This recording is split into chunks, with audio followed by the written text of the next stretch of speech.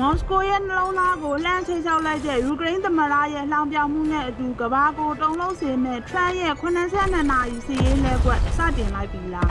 မင်္ဂလာပါရှင် International News မြန်မာ INN မှကြိုဆိုပါရရှင်ဒီကနေ့မှာတော့ရုရှားယူကရိန်းစစ်ပွဲရဲ့အပြင်းထန်ဆုံးအချိုးအကွေ့တစ်ခုဖြစ်လာမဲ့82နာရီအပြည့်ရဲဆဲရေးသတင်းတွေကိုဖော်ထုတ်တင်ပြပေးသွားမှာပါမေလ10ရက်နေ့မှာအမေရိကန်သမ္မတဒေါ်နယ်ထရန့်ကနေတဆင့်ရုရှားနဲ့ယူကရိန်းခေါင်းဆောင်တွေဟာမေလ9ရက်နေ့ကနေ17ရက်နေ့အထိ3ရက်ကြာအပြည့်အခက်ရဲဆဲဖို့သဘောတူညီလိုက်ပြီလို့ကြေညာခဲ့ပါတယ်ဒီ82နာရီအတွင်းမှာနှစ်ဖက်စလုံးကတိုက်ခိုက်မှုတွေကိုရပ်ဆိုင်းထားမှာဖြစ်ပြီးအဓိကသဘောတူညီချက်အနေနဲ့တစ်ဖက်ကိုစစ်တုံးမှန်း1000စီလဲလှယ်သွားကြမှာပါယူကရိန်းသမ္မတဇလန်စကီနဲ့ရုရှားသမ္မတပူတင်ရဲ့အကြံပေးယူရီဥရှာကောတို့နှစ်ဦးစလုံးကလည်းဒီသဘောတူညီချက်ကိုအတည်ပြုထားပါတယ်ထရန့်ကတော့ဒါဟာတည်တည်ပျက်စီးမှုများတဲ့ဒီစစ်ပွဲရှည်ကြီးရဲ့အဆုံးသက်အစာပြိုးခြင်းဖြစ်နိုင်တယ်လို့ဂုဏ်ယူဝင်ကြားစွာပြောဆိုခဲ့ပါတယ်။ဒါပေမဲ့ဒီအဖြစ်အပျက်ရဲ့နောက်ွယ်မှာအပြင်းထန်ဆုံးစိတ်ဓာတ်စစ်စေးရေးတစ်ခုကိုယူကရိန်းဘက်ကကစားသွားတယ်လို့ကျွမ်းကျင်သူတွေက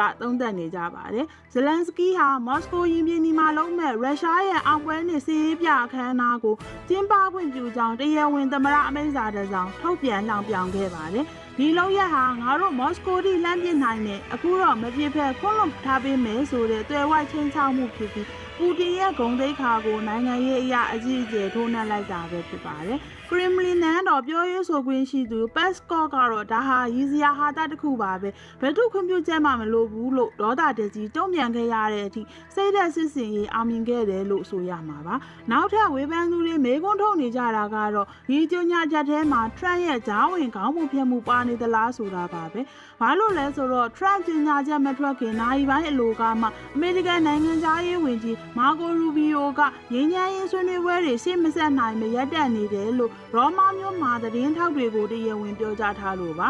ဒါအပြင်ဒီ3ရက်တာအပြည့်ရဲဆဲရေးဟာအရင်ရက်တွေကတည်းကရုရှားနဲ့ယူကရိန်းနှစ်ဖက်စလုံးကသူတို့ဘာသာတီးခြားစီကြေညာထားပြီးသားကိစ္စဖြစ်ပါတယ်။ဒါကြောင့်ထရန့်ဟာသူ့ရဲ့နိုင်ငံရေးပုံရိပ်အတွက်ကြိုတင်စီစဉ်ပြီးသားကိစ္စတစ်ခုကိုအလွယ်တကူနာမည်ယူသွားတာလားလို့နိုင်ငံရေးစောင့်ကြည့်သူတွေကဝေဖန်သုံးသပ်နေကြပါတယ်။ကျိတ်ဆက်ပြီးဘာဖြစ်လာနိုင်မလဲဆိုတာကိုခံမှန်းရရင်ဒီ82နာရီဟာအမြဲတမ်းငြိမ်းချမ်းရေးအတွက်ခြေလမ်းသစ်ဆိုတာတဲ့စစ်တုံးမှန်း1000ကိုလိုချင်တဲ့ယူကရိန်းရဲ့ယာယီဗျူဟာတက်တာဖြစ်နိုင်ပါတယ်။ဇလန်စကီကိုတိုင်ကအမေရိကန်အနေနဲ့ရုရှားကိုဂရိတီအောင်ဖိအားပေးဖို့တောင်းဆိုထားတာကြောင့်အကယ်၍ဒီရက်ပိုင်းအတွင်းမှာသာပြစ်ခတ်မှုတွေပြန်ဖြစ်ခဲ့ရင်မေလ12ရက်နေ့အလွန်မှာပုံမကျန်းတန်းတဲ့လက်စားချေမှုတွေနဲ့အကြီးမားဆုံးထိုးစစ်ဆင်မှုတွေကိုမြင်တွေ့လာရနိုင်တယ်လို့တင်နဂဗျူဟာကျွမ်းကျင်သူတွေကဟောကိန်းထုတ်ထားကြပါတယ်။နိုင်ငံတကာကစိတ်ဝင်စားကြတဲ့သတင်းတွေကိုအခုလိုသိရှိနိုင်ဖို့အတွက်ကျမတို့ရဲ့ INM Channel ကို Subscribe လုပ်ထားဖို့မမေ့ပါနဲ့အောင်ရှင်